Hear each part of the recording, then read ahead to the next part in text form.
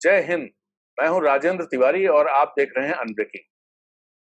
Unbreaking के इस video में हम बात करेंगे पालघर की घटना पर और उस घटना को लेकर देश में हो रही राजनीति पर। और इस पर बात करने के लिए हमारे साथ हैं मुंबई से वरिष्ठ पत्रकार आलोक जोशी। आलोक जी नमस्कार। नमस्कार राजेंद्र जी। तो आप चूंकि महाराष्ट्र में हैं और इस घटना की जो पॉलिटिक्स इस पर जो चल रही है उसका केंद्र भी मुंबई है और निशाना भी मुंबई है।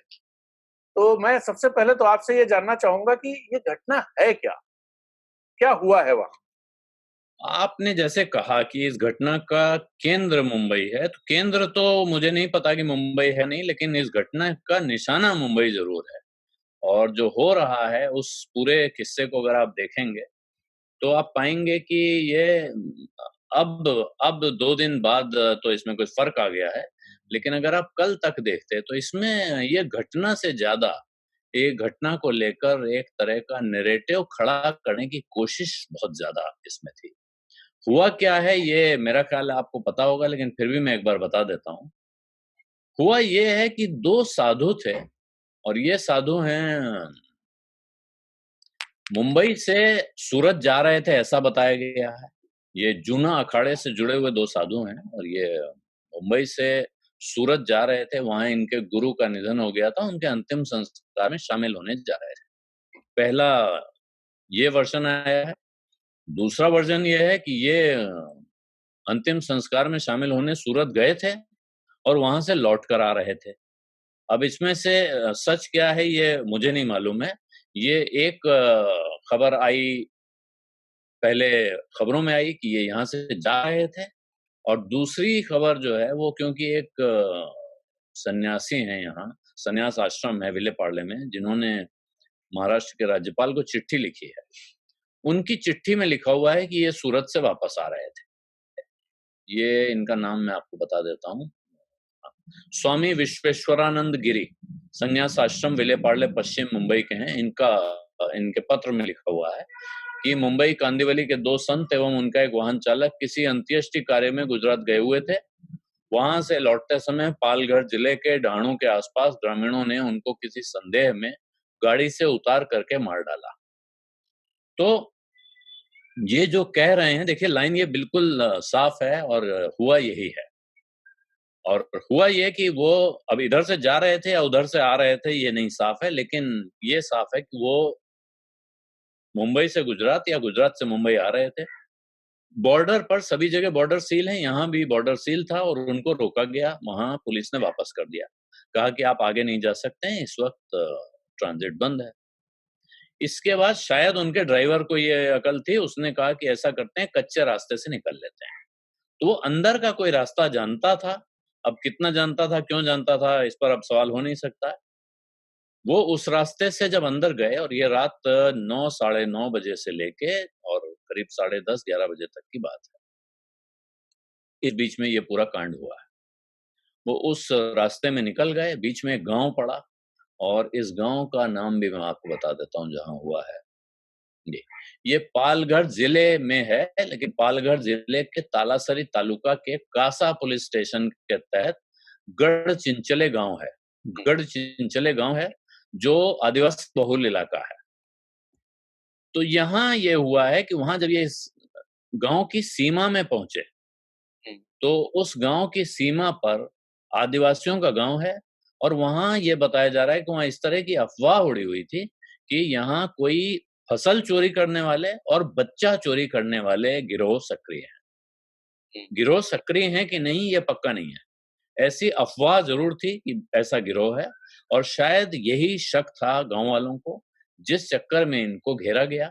और वहाँ वन विभाग का एक ऑफ़िस है, क्योंकि ये जंगली इलाका है इसीलिए इसके बीच में आदिवासियों के गाँव हैं। तो फॉरेस्ट डिपार्टमेंट के लोगों ने इनको रोका है, कुछ बात कर रहे थे। जो शुरुआती वो है खबर उसमें है कि फॉरेस्ट गार्ड इनसे बात कर रहा था। इस बीच आदिवासी आए और उन्होंने मारपीट शुरू कर दी।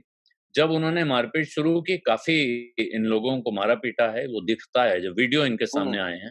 वो वीडियो मैं शेयर नहीं कर सकता हूँ, इसलिए मैं मतलब मुझे इसलिए शेयर करना ठीक नहीं लग रहा है, वो दिखाने ऐसे दृश्य दिखाना ही अच्छा नहीं है।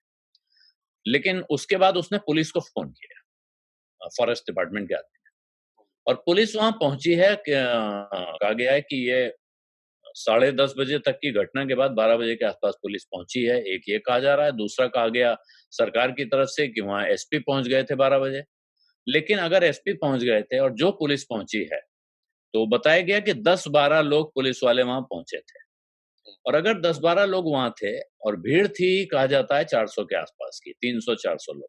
हालाँकि जो विज़ुअल जितने देखने को मिले उसमें वो भीड़ 300-400 लोगों की दिख नहीं रही। लेकिन यहाँ पुलिस पहुँची और उस वक़्त तक वहाँ वन विभाग का एक कमरा बना हुआ है, उस कमरे में इनको रखा गया था। पुलिस ने जाकर क्यों उस कमरे से निकाला ये समझ में नहीं आ रहा है, लेकिन एक पुलिस वाला हाथ पकड़ के उस हाँ, कमरे हाँ। से एक साधु को लेके निकल रहा है, और उसके बाद भीड़ उस पर हमला करती है और पुलिस वाला वो हाथ छोड़ देता है। पुलिस के कुछ लोग दिखते हैं वीडियो में, पुलिस का कोई भी आदमी प्रतिरोध करता हुआ, मारने वालों को रोकता हुआ, उन पर अटैक करता हुआ नहीं दिख रहा है, ये साफ है। और ये पुलिस पर बड़ा भारी सवालिया निशान है कि फिर पुलिस वहाँ क्या करने गई थी? और हुँ, ये इलाका, इसके बारे में बताया जा रहा है कि ये इलाका बहुत पहले से भी यहाँ ऐसा है कि यहाँ ये पालघर के पुलिस वालों को, यहाँ तक कि एडिशनल सीपी को, वहाँ के आदिवासी लोगों ने बहुत बुरी तरह एक बार पीटा है, और तब पुलिस वाले भी अपनी जान बचा के भागे थे। और अब भी ये आरोप जो लग रहा है वो कहा ही जा रहा है, ऐसा लग रहा है कि पुलिस वालों ने अपनी जान के डर से इन लोगों को आदिवासियों के हवाले कर दिया। ये इसमें सबसे गंभीर बात हुई है। लेकिन जिस तरह देश में ये नैरेटिव फैलाया जा रहा है, तो पहले एक चीज़ मैं समझना चाहता हूँ आपसे हुँ, कि ये घटना, इसको मॉब लिंचिंग की घटना है ये आपराधिक कृत्य है, इसमें कोई दो राय नहीं है। पुलिस का इसमें जो भूमिका होनी चाहिए, वो भूमिका पुलिस की नहीं दिखाई दी, इसमें भी कोई दो राय नहीं है। लेकिन क्या ये घटना, ये मॉब लिंचिंग की घटना और अखलाक की घटना, या जो गौ सेवकों वाली कई सारी घटनाएँ हुई हैं, झारखंड में भी कई घटनाएँ हुई हैं, क्या हुँ। इनको एक साथ रख के देखा जाना चाहिए, जैसा अभी किया नहीं, जा रहा है? ये राजेंद्र, ये कहना बड़ा मुश्किल है मेरे लिए। मेरे लिए देखिए, आदमी की जान गई है, तो वो जान गई है, और किसी भी एक घटना की दूसरी घटना से तुलना करना मुझे ठीक नहीं लगता है। लेकिन तमाम लोगों ने किया क्या है कि एक अर्ध सत्य फैलाया है, और हमारे मित्र हैं अजीत अंजुम, आज सुबह उन्होंने एक वीडियो बनाया, तो उन्होंने उसमें वो दृष्टांत इस्तेमाल किया है महाभारत का। इसमें मुझे वहाँ से याद आ गया वो, तो बहुत अच्छी तरह उन्होंने इसको इस्तेमाल किया।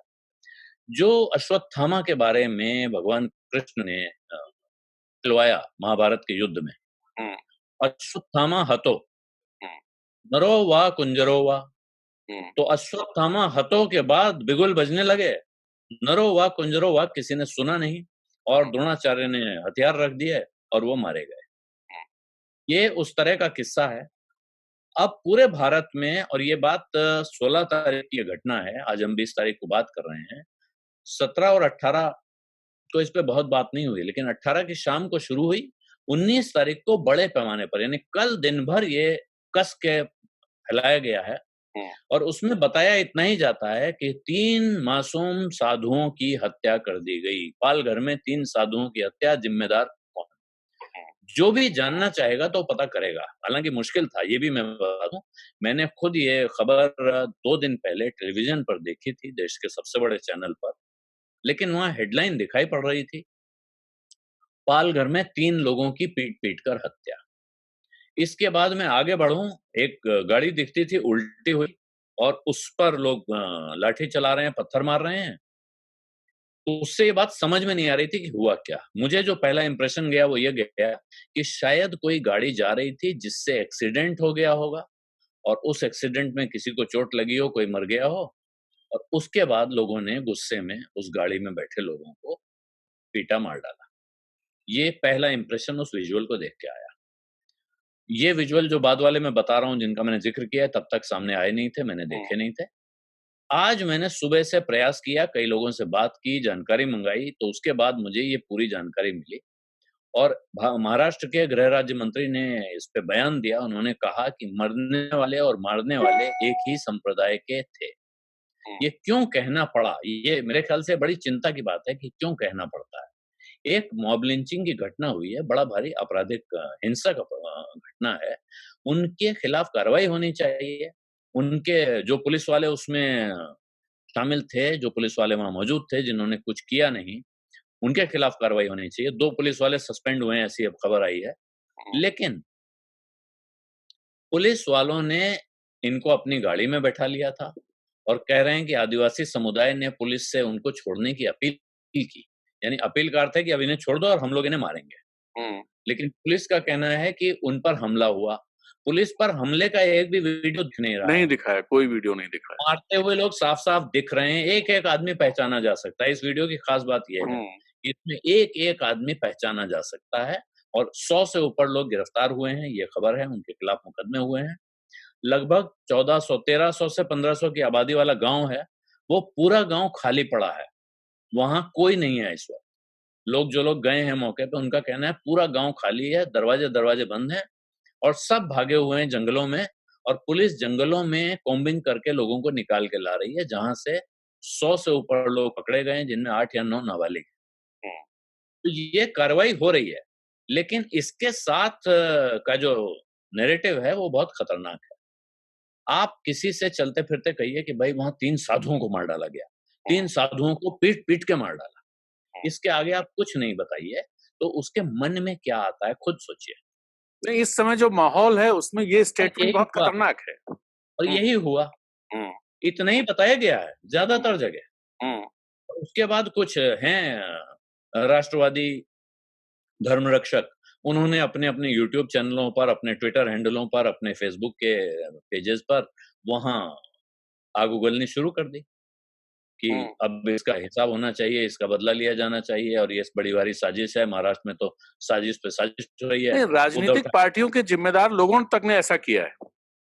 हाँ, ज़िम्मेदार लोगों ने किया है, इसमें कोई मतलब मैं तो कह रहा हूँ ना, हर प्रकार के लोग इसमें हुँ, शामिल हैं। और अब जब ये सामने आ रही है सच्चाई और हालाँकि ये कोई बड़ी अच्छी सच्चाई नहीं है, मैं तो क्यों ये किसने मार डाला ये कोई इससे क्या फ़र्क पड़ता है? हुँ, 3 लोग मारे गए हैं और उनके खिलाफ जिन लोगों ने मारा है, उनके खिलाफ कड़ी से कड़ी कार्रवाई होनी चाहिए, लेकिन इसके बावजूद क्या उन इन लोगों की जान वापस आएगी? अब किसी भी कार्रवाई से?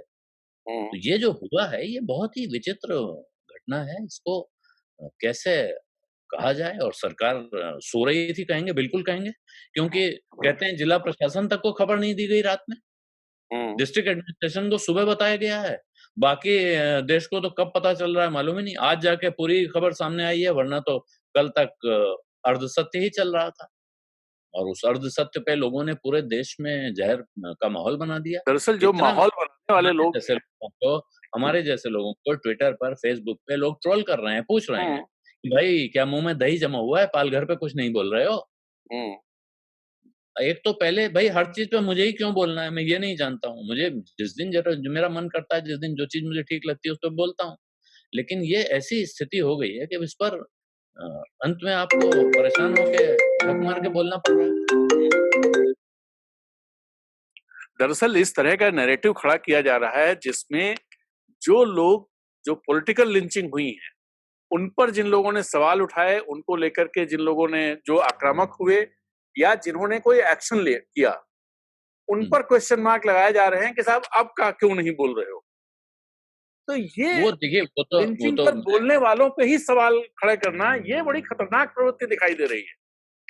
नहीं, तो ये प्रवृत्ति तो पुरानी है, ये आज की नई हाँ, प्रवृत्ति नहीं। ये प्रवृत्ति पुरानी है, व्हाटअबाउटरी जिसको कहते हैं, जिसको जी। हिंदी में अनुवाद हमारे एक मित्र ने किया, "तू तब कहाँ था?" हुँ, हुँ, हुँ, तब तू कहाँ था? उन्होंने हिंदी में अनुवाद किया है इसका। तो अब हर सवाल का जवाब ये है कि भई अब और मुझे इसमें जो स्वामी जी हैं विले पार्ले के आश्रम के, इनकी चिट्ठी में लिखा हुआ कि ऐसा किसी दूसरे धर्म या संप्रदाय के साथ हुआ होता तो क्या सारे लोग हाँ, वो मीडिया और लाइन बहुत सरकार खतरनाक है, मैंने भी वो चिट्ठी और पढ़ी है। और मा जो मानवाधिकारवादी चुप रहे थे। ये जी। कोई बात हुई? मैं समझ नहीं पा रहा हूँ कैसा दुःख है उनके मन में? मतलब बहुत मुझे बुरा लगा कहते हुए कि एक आदमी दुखी है, परेशान है, लेकिन उसका ऐसा दुःख है। वो ये कहता है सवाल कि दूसरे के साथ हुआ होता तो मेरे साथ कुछ हो जाए, न भगवान ना करे मेरे साथ ऐसा कुछ हो जाए, तो मैं अपनी बात करूँगा, अपना संकट सामने रखूँगा, उस पे सवाल उठाऊँगा, अपनी माँग रखूँगा, या ये पूछूँगा कि वो वहाँ ऐसा हुआ था, यहाँ ऐसा हुआ था, आज क्यों नहीं हो रहा है? जितने ये लोग राजनीतिक संवेदनशीलता का नाटक कर रहे हो रही हैं, है। हाँ, जितने लोग संवेदनशीलता का नाटक कर रहे हैं, वो पूरी तरह से हीन दिख रहे हैं। और उसमें पूरा दिख रहा है कि संवेदनहीन वो किसी ये इंटरेस्ट में किसी दूसरे से संचालित हो रहे हैं, जिससे उनको फायदा उठाना है। ऐसा दिख रहा है पूरा। बिल्कुल पूरी तरह जिसको आईटी सेल कहते हैं, ये उस आईटी सेल का बड़ा ऑपरेशन था और मुझे लगता है और इसमें चिंता की बात ये है, आईटी सेल जैसे संगठनों को जब इस तरह के ऑपरेशन करने हों, तो उनको अपना कम से कम हुँ, होमवर्क कर लेना चाहिए। बुनियादी जानकारी तो पक्की कर लो कि हुआ क्या है। हुँ, अंत में इस तरह से आपको मुँह की खानी पड़े और तमाम लोगों ने अपने पोस्ट और वीडियो डिलीट कर मारे हैं। डिलीट कर दिए हैं। पहले लिख हाँ, दिया उत्साह में, जानकारी मिलने के बाद गायब हो गए हैं। हुँ, क्यों करना पड़ा ऐसा? क्योंकि आपने ग्राउंड वर्क नहीं किया। मैं भी सोचता था कि मैं इस पे कुछ कहूँ, बोलूँ, लेकिन उसमें मुझे लगा कि एक बार जानकारी तो जुटा भाई लूँ पहले। जानकारी नहीं तो ऐसे इश्यू पर बोलने का कोई भई इस ज़रूरत पे भी नहीं आप और फ़ायदा भी मैंने नहीं ये है उसका, उससे नुकसान दूसरी होगा फिर। बात मैंने एक और कही राजन, मैंने ये बात कही और इस पर लोग बहुत नाराज़ हैं। ट्विटर पे मैंने एक ट्वीट किया है हुँ, कि बहुत दर्दनाक घटना है और निंदनीय है, इनके खिलाफ कठोर से कठोर कार्रवाई होनी चाहिए। लेकिन इस देश में हमने जो माहौल बना रखा है पिछले कुछ समय में, उसमें राहत इंदौरी का वो शेर आपको याद रखना चाहिए। हुँ, लगेगी आग तो आएँगे घर कई जद में, हुँ, यहाँ पे सिर्फ हमारा मकान थोड़ी है। हुँ, तो आप अगर एक बार इस तरह की भीड़ तंत्र को बढ़ावा देने लगते हैं, तो फिर वो कहीं भी पहुँचता है और ये जगह जहाँ कहा जा रहा है कि ये जगह तो साहब पुलिस के एसीपी को यहाँ से मार के भगाया गया, पुलिस वालों को मार के भगाते हैं। और ये मैं बता दूँ आपको महाराष्ट्र में ये बाकी लोगों को लगता होगा अपने-अपने इलाकों में कि आदिवासी तो झारखंड में होते हैं, छत्तीसगढ़ में होते हैं, उत्तराखंड में होते हैं। यहाँ महाराष्ट्र तो बड़ा विकसित देश है, समुद्र के किनारे हैं यहाँ। लेकिन महाराष्ट्र में बड़ी संख्या में आदिवासी हैं। मुंबई पुणे एक्सप्रेसवे पर ड्राइवरों को हिदायत दी जाती है कि आप या तो कुछ लोगों के साथ चलिए, अकेले गाड़ी और खास तौर पे अंधेरे में कभी मत ले जाइए, क्योंकि ये आदिवासी रास्ते में अक्सर लूटने के लिए खड़े रहते हैं और ये जब लूटते हैं तो ये केवल लूटते नहीं हैं, ये मार भी डालते हैं। हुँ। क्या वजह है नहीं जानता हूँ। तो अगर आप हालाँकि इसकी इस तरह घटना की की घटनाएँ नहीं होती हैं। इस तरफ ऐसा कुछ नहीं है, जबकि आदिवासी बहुल इलाका है झारखंड, छत्तीसगढ़, उड़ीसा। अगर आप इसकी तुलना किसी से करना चाहते हैं इस घटना की, तो ये आप जो डायन के नाम पर औरतों की हुँ, या बच्चा चोरी के नाम पे इंसानों की कहीं भी हत्याएँ होती हैं, तो यहाँ भी ये तुलना तो उसी से हो रही है। हुँ, वहाँ इस तरह की अफ़वाह थी कि यहाँ फसल चोरी या बच्चा चोरी करने वाले लोग आ रहे हैं और ये आपको पता ही होगा कि पुराने समय में हम लोग भी छोटे थे तो ये साधुओं के बारे में मैंने बारे तो में बड़ी कहा बार जाता था। हाँ। लेकिन साधुओं को लेकर ये शक रहता था कि लकड़ सूँघे होते हैं क्या? हुँ। तो उस व हो सकता है उस वेशभूषा से वहाँ और शक बढ़ गया हो। हाँ, गाँव में दरअसल ये रहता था कि अगर साधु लोग आए हैं, तो लोग अपने बच्चों को निकलने नहीं देते थे, कि अपनी झोली में डाल के लिए जाएँगे। हाँ, ये एक ये आज मैं से 40 साल पहले की प 50 साल पहले की बात बात कर पहले रहा हूँ चला करती थी, मैं। जी। तो लोग सावधान रहते थे। हुँ, तो वो जिससे संत और महात्मा मानते हैं लोग, लेकिन वो संत और महात्मा की तरह आप देख रहा है सामने वाला कि नहीं, ये हुँ, ये भी एक सवाल है। और ये ड्राइवर अपने मूल रास्ते से हटकर मेन रोड से हट के एक गली के मतलब समझिए अंदर के रास्ते से कहीं गया था जहाँ ट्रैफिक शायद चलता ना हो उतना। वहाँ अचानक एक गाड़ी आई, लोगों का शक पहले से था, तो कि पता नहीं कौन किस चीज़ का गुस्सा निकाल रहा है आजकल कुछ नहीं मालूम। लेकिन ये घटना बहुत खतरनाक है। इसमें सरकार की, पुलिस की कार्रवाई पर सवाल उठते ही हैं। पुलिस ने काम नहीं किया है, सही बात है। अगर वहाँ जितनी पुलिस बताई जा रही है, अगर 15-20 पुलिस वाले थे, वो डंडे भी भाँजते तो बहुत सारे लोग भाग गए होते हुँ, और उनमें से किसी के पास हथियार नहीं था क्या? हवाई फायर करता हुआ कोई दिखा नहीं पड़ा हुँ, और अगर इतना सामने जान पे आ गई थी लोगों की, तो आपको तो उनके घुटने के नीचे फायर करके डिस्पर्स करने का हक है ही। आप हुँ। अपने अफ़सर से परमिशन लेते। क्या परमिशन माँगी गई थी? क्या परमिशन दी गई थी? ये सब सवाल हैं, जाँच होगी, सामने आएँगे। सीआईडी के एक वरिष्ठ अफ़सर हैं कुलकर्णी साहब, उनको सौंपी गई है जाँच यहाँ। लेकिन इससे बड़ा चिंताजनक घटनाक्रम जो साथ में नैरेटिव खड़ा करने की कोशिश की गई है कि भई साधु मारे गए हैं, तो भई फिर तो किसने मारा होगा हिसाब लगा लो और तुरंत चालू हो जाओ। वो कैंपेन जो चला है वो बहुत खतरनाक है। ये घटना बहुत खतरनाक, दर्दनाक, निंदनीय है, लेकिन इसका फ़ायदा उठाने की, इसके बहाने नफ़रत फैलाने की जो कोशिश हुई है, वो इससे कई गुना खतरनाक है। जी। तो आलोक जी, यही बात खत्म करते हैं। आपका बहुत बहुत धन्यवाद कि आपने समय निकाला हमारे लिए। तो हमने वरिष्ठ पत्रकार आलोक जोशी से पूरे घटना पर बात की और आपको समझ में आ गया होगा कि ये घटना एक्चुअल है क्या, इसको लेकर के किस तरह की राजनीति हो रही है और क्या होना चाहिए जो नहीं हो रहा है। चिंता की बात यह है कि घटना जितना खतरनाक स्थितियों की तरफ इशारा करती है और जितना बड़ा आपराधिक कृत्य है ये, उससे ज्यादा खतरनाक और आपराधिक कृत्य वो है जो सो कॉल्ड राष्ट्रवादी और नए नए नैरेटिव देने वाले लोग इसके जरिए अंजाम दे रहे हैं। इस वीडियो में इतनी ही बात, फिर मिलेंगे। जय हिंद, वंदे मातरम।